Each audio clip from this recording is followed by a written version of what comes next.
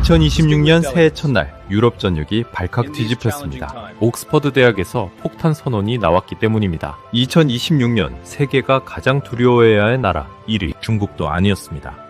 미국도 아니었어요. 놀랍게도 그 이름은 대한민국이었습니다. MIT, 하버드, 스탠퍼드 세계 30개 대학 경제연구소 300명의 석학이 참여한 공동 연구 결과였습니다. 한국이 멈추는 순간 세계 경제의 심장이 멈춘다. 반도체, 조선, 배터리, 방산, 원전. 한국이 스위치를 끄면 전 세계 공장의 37%가 즉각 셧다운된다는 충격적인 시뮬레이션 결과였습니다. 피해 규모요? 만 7일 만에 1조 2천억 달러. 하나로 2,560조 원이 증발합니다. 옥스퍼드 대학은 긴급 강연을 열었습니다. 세계 최고의 인재들이 모였습니다. 강연자는 옥스퍼드 경제학과 석좌 교수, 전 세계은행 아시아 자문위원. 5년 전까지만 해도 한국은 중국의 하청기지로 전락할 것이라고 단언했던 사람이었죠. 그런데 그가 500명 앞에서 고개를 숙였습니다. 도대체 한국이라는 작은 나라에서 무슨 일이 벌어지고 있는 걸까요? 시작하기 전 구독과 좋아요로 자랑스러운 대한민국을 응원해주세요. 저는 제임스 해밀턴이라고 합니다. 옥스퍼드 대학교에서 경제학을 가르치고 있고 한때는 세계은행에서 아시아 경제를 자문하기도 했죠. 그러니까 나름대로 이 바닥에서 좀 굴러본 사람이에요. 그런 제가 오늘 여러분께 고백할 게 하나 있습니다. 5년 전 저는 BBC 인터뷰에서 이렇게 말했어요. 한국 경제는 결국 중국의 하청기지로 전락할 겁니다. 삼성이요? 일본 기술 베껴서 큰을 사라고 생각했어요. 현대차요? 유럽에서 팔리는 값싼 대안 정도로 봤죠. 솔직히 말씀드릴게요. 저는 한국을 과소평가했습니다. 아니, 과소평가가 아니라 무시했다는 표현이 맞겠네. 그런데 제가 틀렸어요. 완전히요. 지난달 저는 옥스퍼드 대강당에서 특별 강연을 했습니다. 500명이 넘는 각국 유학생들이 자리를 채웠더군요. 일본, 중국, 독일, 인도, 영국. 세계 최고 대학에서 공부하는 수재들이었죠. 저는 그들에게 질문을 던졌습니다. 2026년 세계에서 가장 두려운 나라는 어디일까요? 영국 학생이 손을 들더군요. 미국이요. 중국 유학생이 자신 있게 외쳤어요. 당연히 중국이죠. 독일 학생은 러시아의 에너지 무기화를 언급했고요. 저는 고개를 저었습니다. 그리고 슬라이드를 넘겼지요. 화면에 두 단어가 떴어요. 사우스 코리아, 대한민국. 강연장이 웃음바다가 됐습니다. 일본에서 온 타나카라는 학생이 피식 웃으며 펜을 내려놓더군요. 중국에서 온 니웨이라는 친구는 옆 사람에게 속삭였어요. GDP 10위권 받기인데요. 저는 그 웃음이 잦아들 때까지 기다렸습니다. 충분히 비웃게 놔뒀어요. 왜냐고요? 그래야 나중에 입을 다물 때 더 조용해지거든요. 저는 다음 슬라이드를 띄웠습니다. MIT, 하버드, 옥스퍼드, 스탠퍼드 세계 30개 대학 경제연구소의 로고가 화면에 채웠죠. 이건 300명의 석학이 참여한 공동연구 결과입니다. 학생들의 웃음이 조금 사그라들더군요. 저는 다음 슬라이드로 넘어갔어요. 한국이 단 7일간 멈출 경우 세계 산업의 37%가 즉시 가동을 멈춥니다. 강연장이 조용해졌습니다. 예상 피해 1조 2천억 달러. 누군가의 펜이 책상에서 굴러떨어지는 소리가 들렸어요. 하나로 1,560조 원입니다. 아까 웃던 중국 학생 니웨이의 얼굴이 굳어있더군요. 저는 학생들을 천천히 둘러봤습니다. 믿기 어려우시죠? 아무도 대답하지 않았어요. 당연합니다. 저도 처음엔 안 믿었으니까요. 저는 마이크를 잡고 한 발 앞으로 나갔습니다. 그런데 여러분, 데이터는 거짓말을 하지 않습니다. 지금부터 제가 왜 틀렸는지, 왜 한국이 세계에서 가장 두려운 나라인지 증명해드리겠습니다. 강연장에는 더 이상 웃음이 없었어요. 500명의 눈이 저를 향해 있었죠. 그제야 강연이 시작된 겁니다. 첫 번째 주제는 반도체였습니다. 슬라이드에 반도체 웨이퍼 이미지를 띄우자마자 일본에서 온 타나카가 손을 들더군요. 도쿄대 경제학과 수석 출신이라고 했어요. 지금은 옥스퍼드에서 일본 반도체 산업의 부활을 연구하고 있다더군요. 그러니까 이 친구 자존심이 하늘을 찌를 수밖에 없었죠. 타나카가 자리에서 일어나며 말했습니다. 교수님, 반도체 파운드리 세계 1위는 대만 TSMC입니다. 삼성은 2위에 불과합니다. 남현장 여기저기서 고개를 끄덕이더군요. 틀린 말이 아니었으니까요. 저는 타나카에게 자리에 앉으라고 손짓했습니다. 그리고 질문을 던졌죠. 타나카 씨, 지금 주머니에 있는 스마트폰 좀 꺼내보시겠어요? 타나카가 의아한 표정으로 아이폰을 꺼냈습니다. 그 안에 들어간 메모리 반도체, 어디 제품인지 아십니까? 타나카의 표정이 미묘하게 변하더군요. 저는 새 슬라이드를 띄웠습니다. 원형 그래프가 화면을 채웠죠. 삼성전자 42%, SK하이닉스 28%, 마이크론 22%, 기타 8%. 여러분, 반도체에는 두 종류가 있습니다. 하나는 로직 반도체, 쉽게 말해 두뇌예요. 연산을 담당하죠. TSMC가 여기서 1위입니다. 다른 하나는 메모리 반도체, 쉽게 말해 기억이에요. 정보를 저장하죠. 저는 그래프를 손가락으로 가리켰습니다. 두뇌가 기억이 없으면 아무것도 할 수 없습니다. 여러분이 사진을 찍고 앱을 실행하고 영상을 저장할 수 있는 이유가 바로 이 메모리 반도체 덕분이에요. 그리고 세계 메모리 반도체의 70% 이상이 한국에서 나옵니다. 타나카가 펜을 내려놓더군요. 삼성과 SK하이닉스 이 두 회사가 멈추면 전 세계 스마트폰이 멈춥니다. 노트북이 멈추고 서버가 멈추고 데이터 센터가 멈춰요. 여러분이 지금 손에 들고 있는 그 기기, 한국 없이는 작동하지 않는 겁니다. 저는 다음 슬라이드로 넘어갔습니다. 화면에 수직으로 쌓인 칩 구조가 나타났죠. HBM이라고 들어보셨나요? 학생들 대부분이 고개를 갸우뚱하더군요. High Bandwidth Memory, 고대 여폭 메모리입니다. 어려운 말 같죠?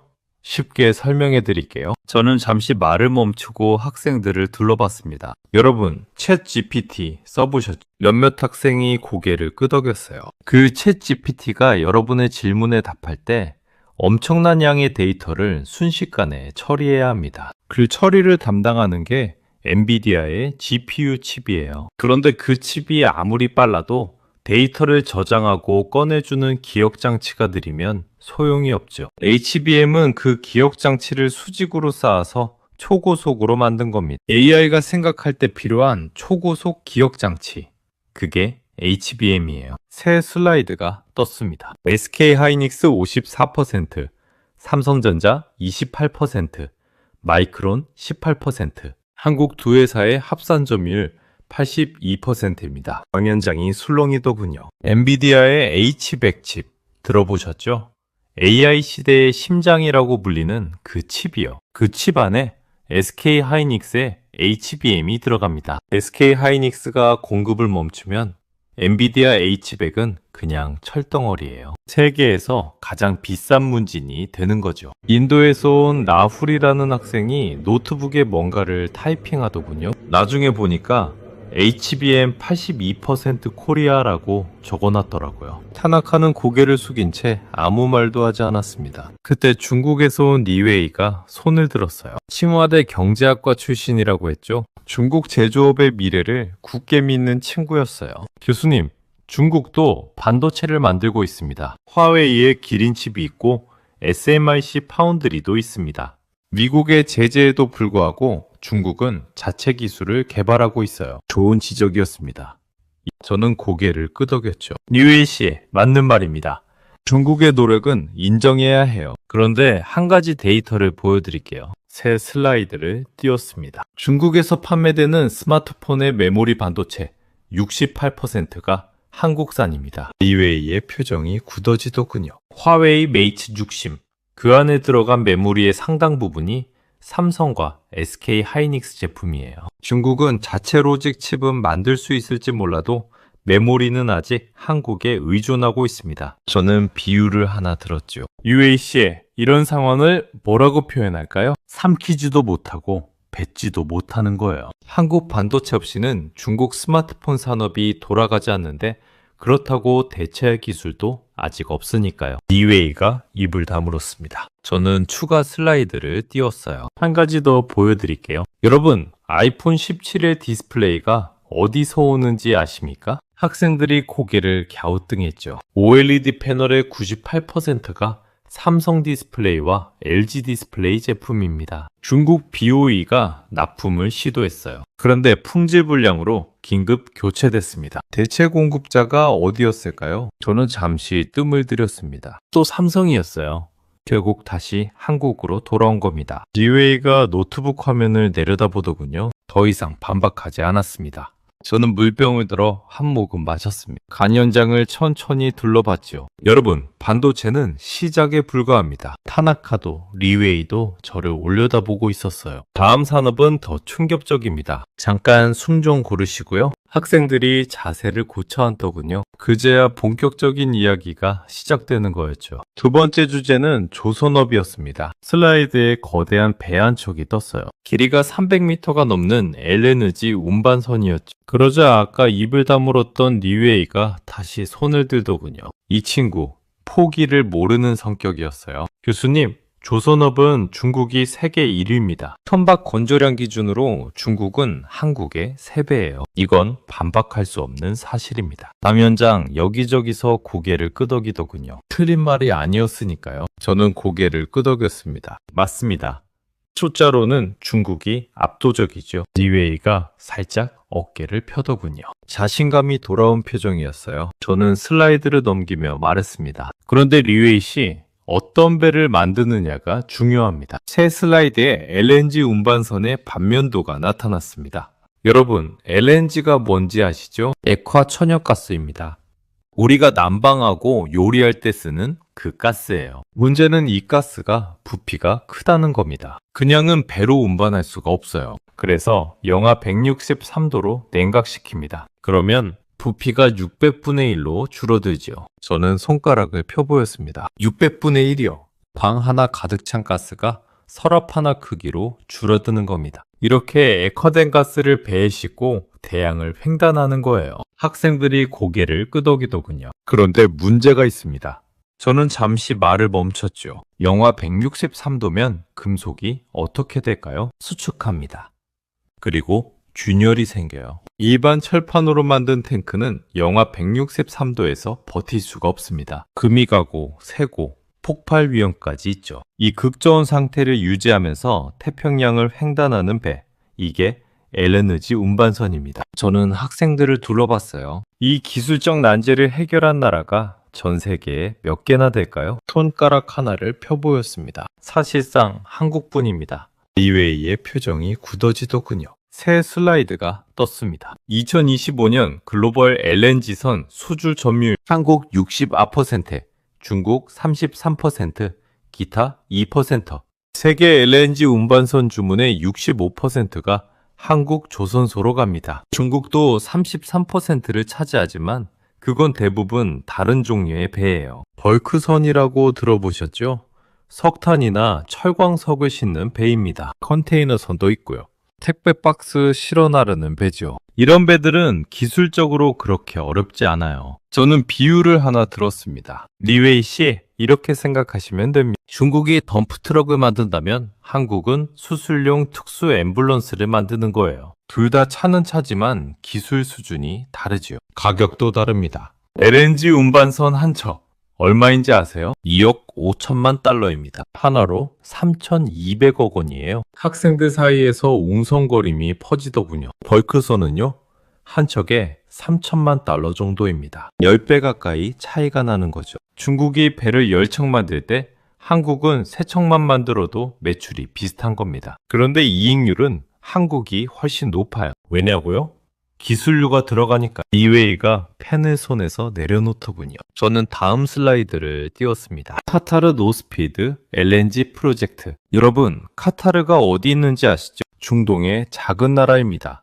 그런데 천연가스 매장량은 세계 3위예요. 2024년부터 세계 최대 LNG 프로젝트가 진행 중입니다. 총 100척 이상의 LNG선이 필요하죠. 저는 잠시 뜸을 들였습니다. 그중 80% 이상이 한국 조선소에 발주됐습니다.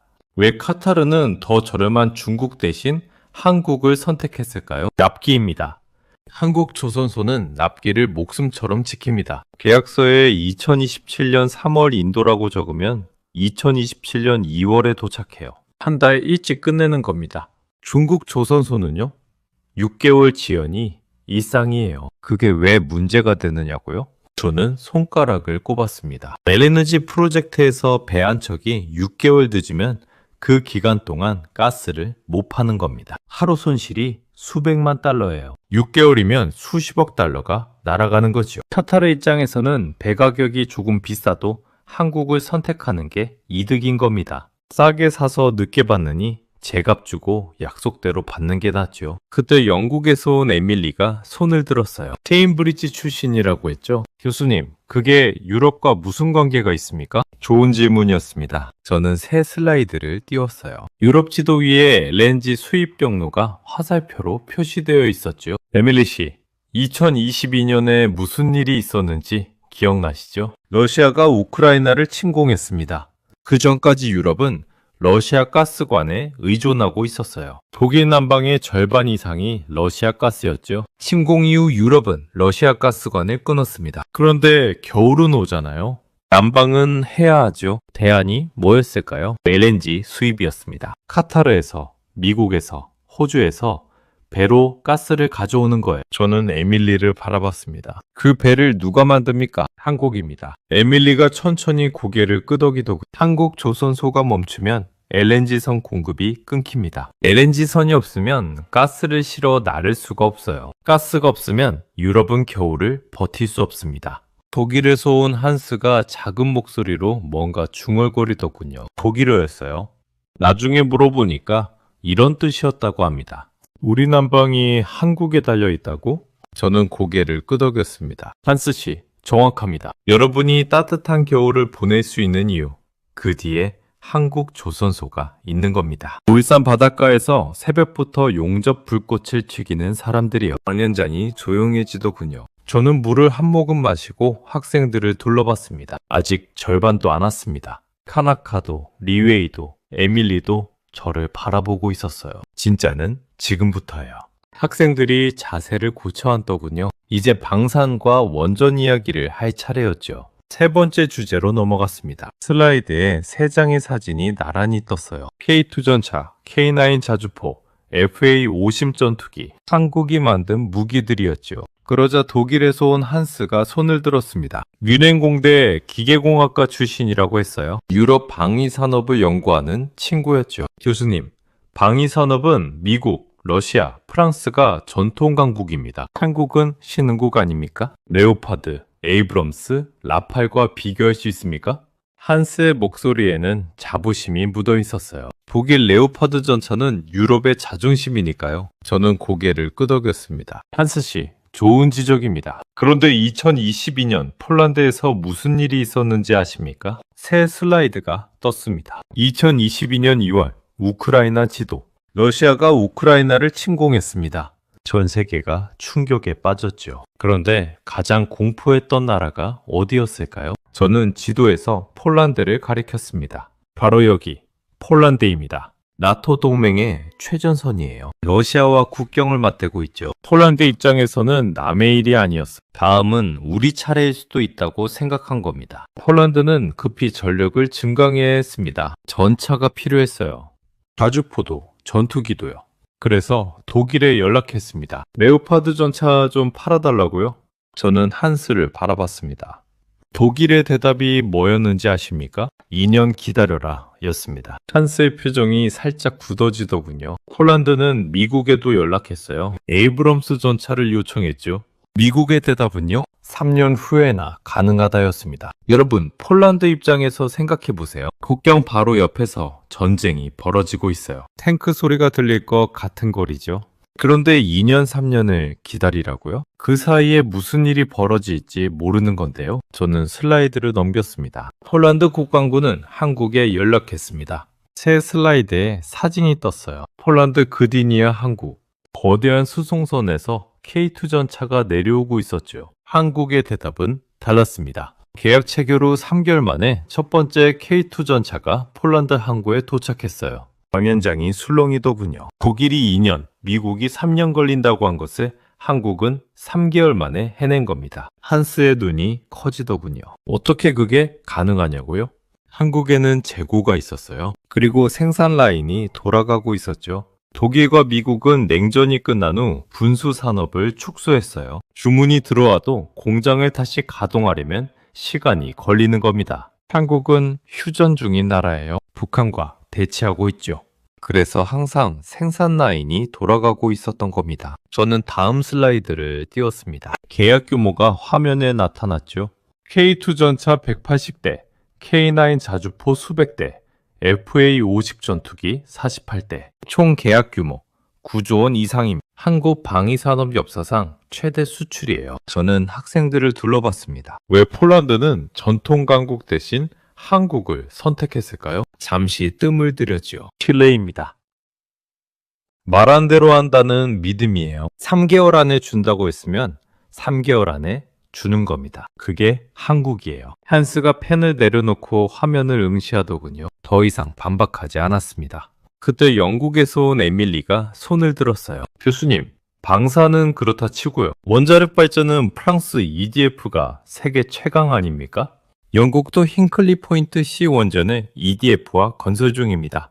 한국이 원전 강국이라는 건 과장하니까요. 에밀리의 질문에는 자신감이 묻어 있었어요. 프랑스 EDF는 유럽 원전의 상징이니까요. 저는 미소를 지었습니다. 에밀리 씨, UAE 바라카 원전 들어보셨습니까? 새 슬라이드가 떴습니다. 사막 한가운데 서 있는 4기의 원자로 하늘에서 찍은 항공사진이었죠. 아랍에미리트 수도 아부다비에서 서쪽으로 250km, 여름 기온 50도, 모래폭풍이 일상인 사막 한가운데입니다. 2009년에 국제 입찰이 열렸어요. 프랑스 아레바, 미국 웨스팅하우스, 한국 캡코가 경쟁했죠. 저는 잠시 말을 멈췄습니다. 한국이 이겼습니다. 에밀리의 표정이 미묘하게 변하더군요. 많은 사람들이 의아해했어요. 원전 종주국 프랑스를 제치고 한국이라니. 그런데 UAE가 한국을 선택한 이유가 있었습니다. 저는 새 슬라이드를 띄웠어요. APR 열섬 400 원자로 구조도가 나타났죠.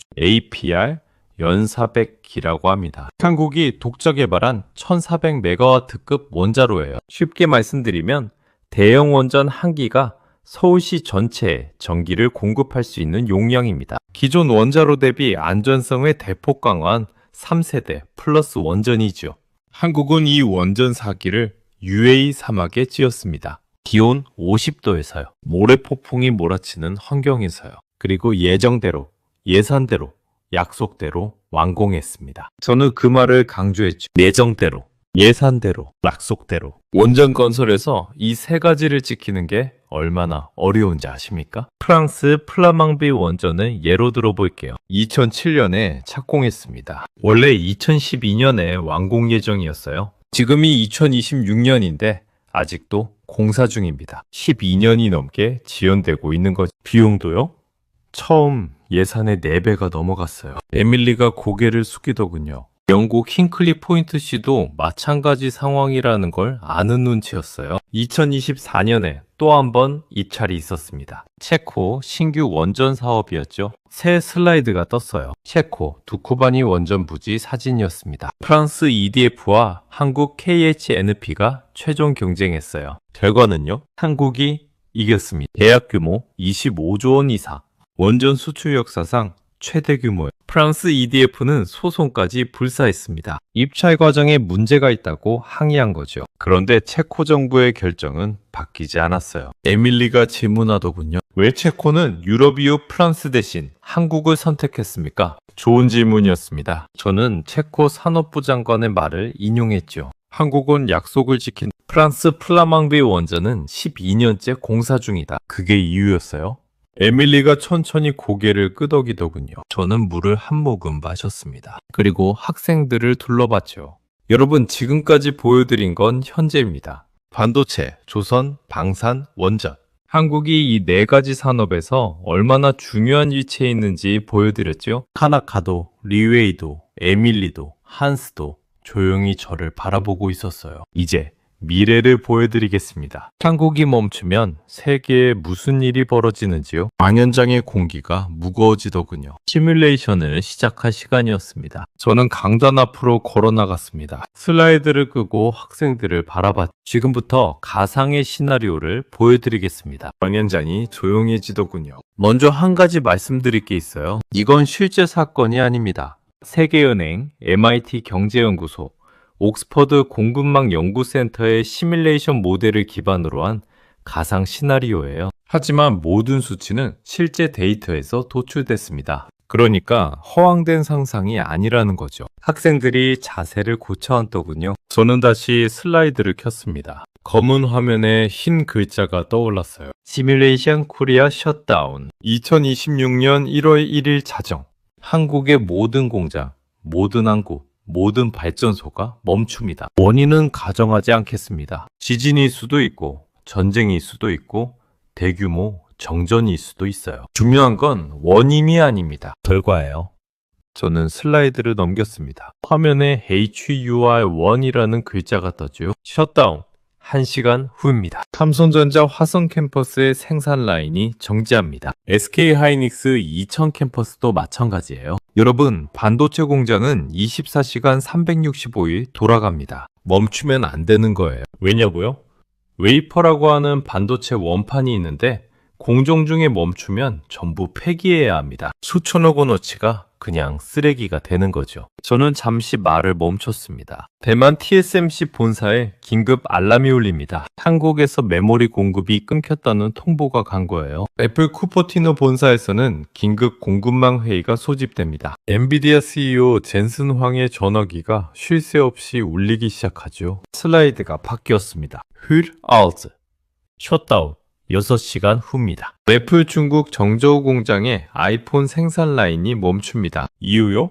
메모리 반도체 재고가 바닥났어요. 삼성과 SK하이닉스의 낸드 플래시, D램 공급이 끊겼으니까요. 아이폰 한 대에 들어가는 부품이 수백 개인데 그중 하나라도 없으면 조립을 못합니다. 그 하나가 메모리예요. 같은 시각 미국 텍사스 테슬라 기가팩토리에 통보가 옵니다. 배터리 공급 중단. LG에너지솔루션, 삼성 SDI, SK온의 배터리셀 출하가 멈춘 거예요. 테슬라 생산 라인이 서서히 느려지기 시작합니다. 독일에서는 폭스바겐, BMW, 벤츠 본사에서 비상재고 현황 점검 지시가 내려갑니다. 창고에 배터리가 얼마나 남았는지 세어보라는 거죠. 한스가 뭔가 적다가 펜을 멈추더군요. 슬라이드가 바뀌었습니다. 흐리입니다.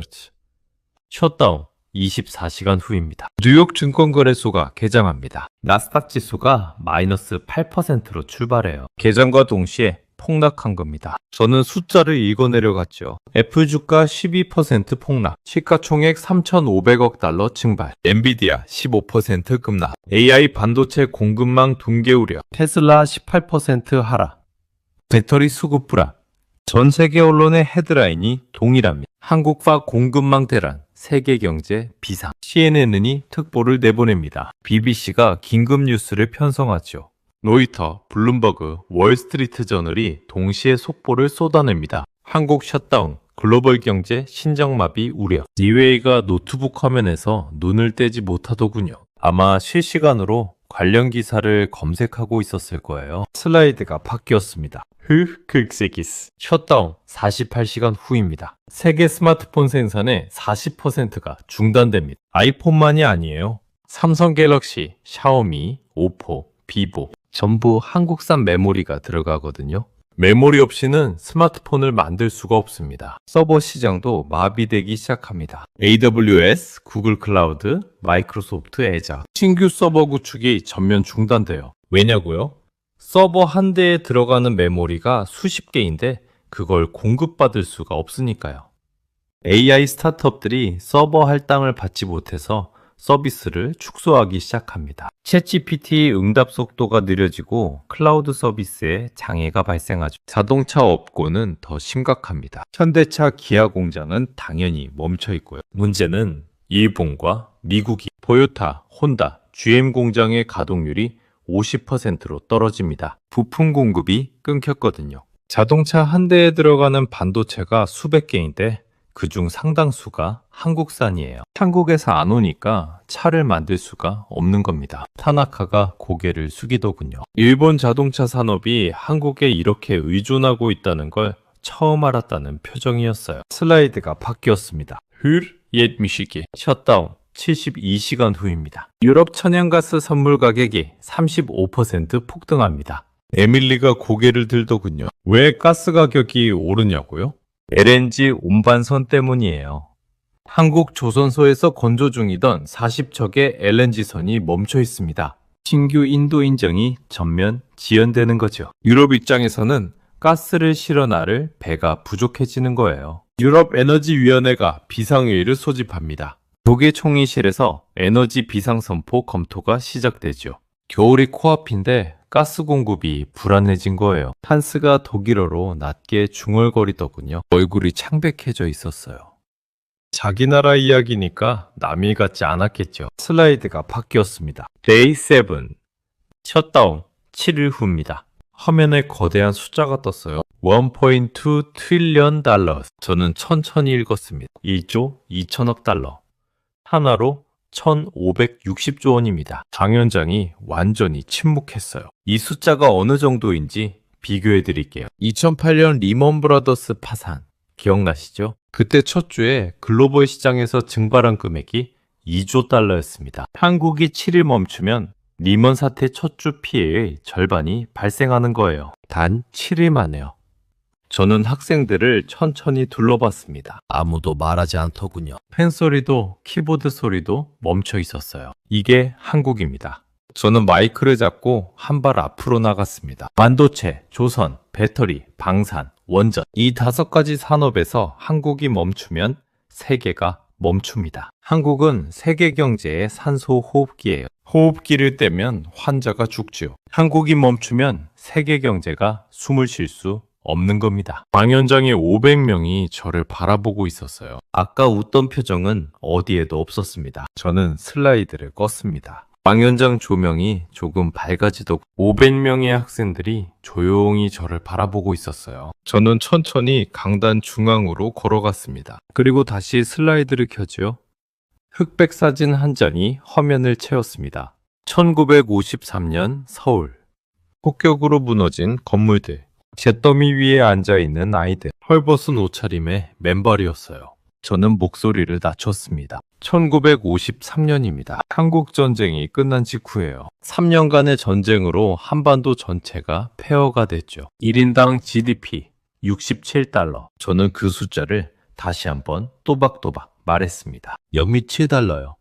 같은 해 미국은 2449달러였고 일본은 198달러였습니다. 한국은 일본의 3분의 1 수준도 안 됐어요. 유엔은 보고서를 발표했습니다. 슬라이드에 유엔 보고서 표지가 떴어요. 저는 그 내용을 읽었죠. 한국은 향후 100년간 원조에 의존할 것이다. 세계 최빈국. 희망이 없는 나라. 그게 1953년의 한국이었습니다. 안위원장이 숨소리조차 들리지 않을 만큼 조용했어요. 저는 슬라이드를 넘겼습니다. 그런데 70년 뒤 그 나라가 세계에서 가장 두려운 나라가 됐습니다. 반도체 세계 1위, 조선 세계 1위, 배터리 세계 최상위권, 방산 수출 급성장, 원전 기술 세계 정상급. 어떻게 가능했을까요? 저는 학생들을 둘러봤습니다. 아무도 대답하지 않았죠. 새 슬라이드가 떴습니다. 1970년대 울산 조선소 건설 현장 사진이었어요. 새벽 4시 울산 바닷가입니다. 용접 불꽃이 밤하늘을 밝히고 있습니다. 노동자들의 손을 보세요. 굳은 살로 갈라져 있습니다. 장갑을 끼워도 뜨거운 불꽃에 손등이 데였지요. 그래도 일을 멈추지 않았어요. 가족을 먹여 살려야 했으니까요. 슬라이드가 바뀌었습니다. 1980년대 중동 건설 현장 사진이었어요. 사우디아라비아 사막 한가운데 항공 노동자들이 삽을 들고 서 있더군요. 한낮 기온 50도입니다. 그늘이 없어요. 나무 한 그루 없는 사막이니까요. 항공 노동자들이 이 사막에서 땀을 흘렸습니다. 외화를 벌기 위해서요. 그 돈이 본국으로 송금됐어요. 아이들 학비가 됐고 병원비가 됐고 쌀이 됐죠. 슬라이드가 다시 바뀌었습니다. 1990년대 삼성 반도체 연구소 사진이었어요. 밤 12시인데도 불이 환하게 켜져 있더군요. 밤 12시입니다. 연구소 불이 꺼지지 않았어요. 엔지니어들이 일본과 미국을 따라잡기 위해 밤을 새웠습니다. 당시 한국 반도체는 아무것도 아니었어요. 일본 도시바, 미국 인텔이 세계를 지배하고 있었죠. 한국은요? 모방하는 나라라고 불렸어요. 그래도 포기하지 않았습니다. 저는 슬라이드를 껐습니다. 검은 화면 앞에 서서 학생들을 바라봤지요. 넘어져도 일어났습니다. 무너져도 다시 지었어요. 실패해도 다시 도전했죠. 그게 한국이 여기까지 온 이유입니다. 저는 잠시 숨을 고르고 말을 이었습니다. 기술이 뛰어나서가 아니에요. 자원이 풍부해서도 아니고요. 포기하지 않았기 때문입니다. 저는 강연장을 천천히 둘러봤습니다. 하나카가 저를 바라보고 있었어요. 아까의 비웃음은 어디에도 없었죠. 리웨이도, 에밀리도, 한스도 마찬가지였어요. 저는 마이크에서 한 발 물러섰습니다. 그리고 말했죠.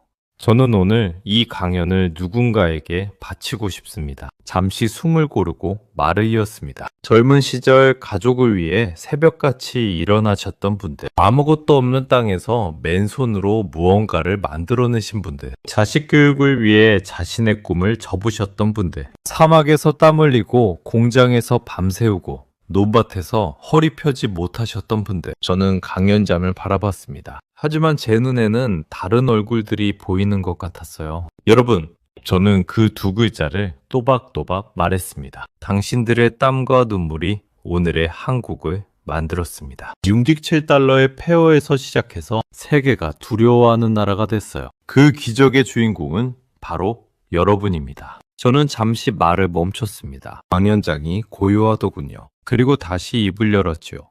그리고 이 기적은 끝나지 않았습니다. 여러분의 자녀들이 이어가고 있어요. 손주들이 이어가고 그들도 넘어지면 일어날 겁니다. 여러분이 그랬던 것처럼요. 저는 강연장을 마지막으로 둘러봤습니다. 500명의 학생들이 저를 바라보고 있었어요. 아까 비웃던 그 얼굴들이 지금은 아무 말도 하지 않더군요. 저는 고개를 숙여 인사했습니다. 감사합니다. 강연장에 정적이 흘렀어요. 그리고 누군가 박수를 치기 시작했죠. 1명, 2명, 10명. 이윽고 500명 전체가 일어서서 박수를 치더군요. 하나카도, 리웨이도, 에밀리도, 한스도. 저는 그 박수 소리를 들으며 생각했습니다. 한국, 1953년에는 아무것도 없던 나라. 2026년, 세계에서 가장 두려운 나라. 그 기적은 하늘에서 떨어진 게 아니었어요. 누군가의 땀으로, 눈물로, 포기하지 않는 마음으로 만들어진 거였죠. 여러분, 오늘 이야기 어떠셨나요? 1953년 1인당 GDP 67달러. 유엔이 100년간 원조에 의존할 것이라고 예측했던 나라. 그 나라가 70년 만에 세계가 가장 두려워하는 나라가 됐습니다. 반도체 세계 1위, 조선 세계 1위, 원전 수출 세계 최대. 한국이 7일만 멈춰도 세계 경제에서 1560조 원이 증가한다고 하죠. 이게 어떻게 가능했을까요? 하늘에서 떨어진 게 아닙니다. 새벽 4시 울산 조선소에서 용접 불꽃을 튀기셨던 분들, 50도 사막에서 외화를 벌어 자식 학비를 보내셨던 분들, 밤새 연구시 불을 밝히며 일본과 미국을 따라잡으려 했던 분들, 넘어져도 일어나고 무너져도 다시 짓고 실패해도 포기하지 않았던 분들, 그분들의 땀과 눈물이 오늘의 대한민국을 만든 겁니다. 그리고 그 기적은 끝나지 않았어요. 여러분의 자녀들이, 손주들이 이어가고 있습니다. 저는 그래서 대한민국의 미래가 기대됩니다. 이 이야기를 끝까지 들어주신 분이 계시다면 대한민국 화이팅이라고 댓글 하나만 남겨주세요. 감사합니다.